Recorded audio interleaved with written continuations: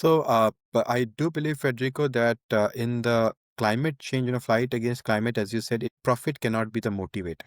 So we need philanthropists, we need people, good-hearted people who truly care about the climate and don't just, make it a political talking point or a talking point on social media, who truly believe, right? There are people who are, owners of trillion-dollar companies right now. Amazing what AI has done. Those people with billions and billions of dollars in their pockets should actively fund startups and innovators in the climate space without any expectations of making profit. Think of it as a grant. Think of it as a goodness, right? You have been given too much. You are paying it back to the community, to Mother Earth, by encouraging funding in the climate space with zero ROI expectations. That will enable innovators, true innovators, to be able to build amazing solutions at a faster clip and being able to commercialize it in the climate space. The other thing that, Federico, will help is if we mandate multiple, nations mandate that a certain percentage, doesn't have to be 100%, but at least 70 or 80% usage will be ex-China. That will also be encouraging to people outside of China to truly, not lose the, motivation or lose the, the fight before the fight has even begun, right?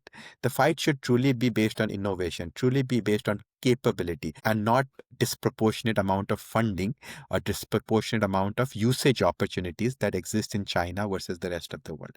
So I think decoupling from China, truly funding without an ROI, return on your investment expectation, truly philanthropic based funding of startups in the energy space, enabling clean energy to fight climate change would be super amazing, yeah, for the community and ecosystem. Right. I mean, this reminds me of, probably this is a little bit on the sidetrack, but this reminds me of people were talking that in the 60s, all of the innovation was government funded. And that, I mean, we can criticize the inefficiency of government, but one of the things that benefits that provided is that they could spend a lot of resources on one idea, and they were able to build the atomic bomb and so many other developments throughout that era, right? Again, in the human history, most of the innovation has been driven by war, right? I think that your message of building innovation based on the motivation of climate change, I think it's great.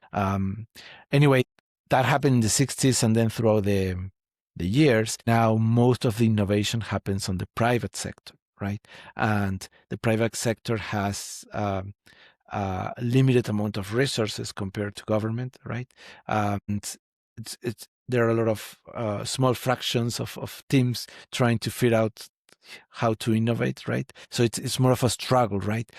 What I'm trying to go with this is that I believe that the role you're doing on supporting innovators is this idea of giving them the support as the government gave in the 60s to innovators. And I think that's going to be a game changer. Yep, no, to provide them a platform, right? To provide them with hope. So I think that, at IBC, we provide hope to the innovators, to the disruptors, to the mad scientists, to people to, not shy away from the fight, and that's an important mission for us, yeah, to help people to truly bring great solutions for the usage of mankind. Yeah. Right.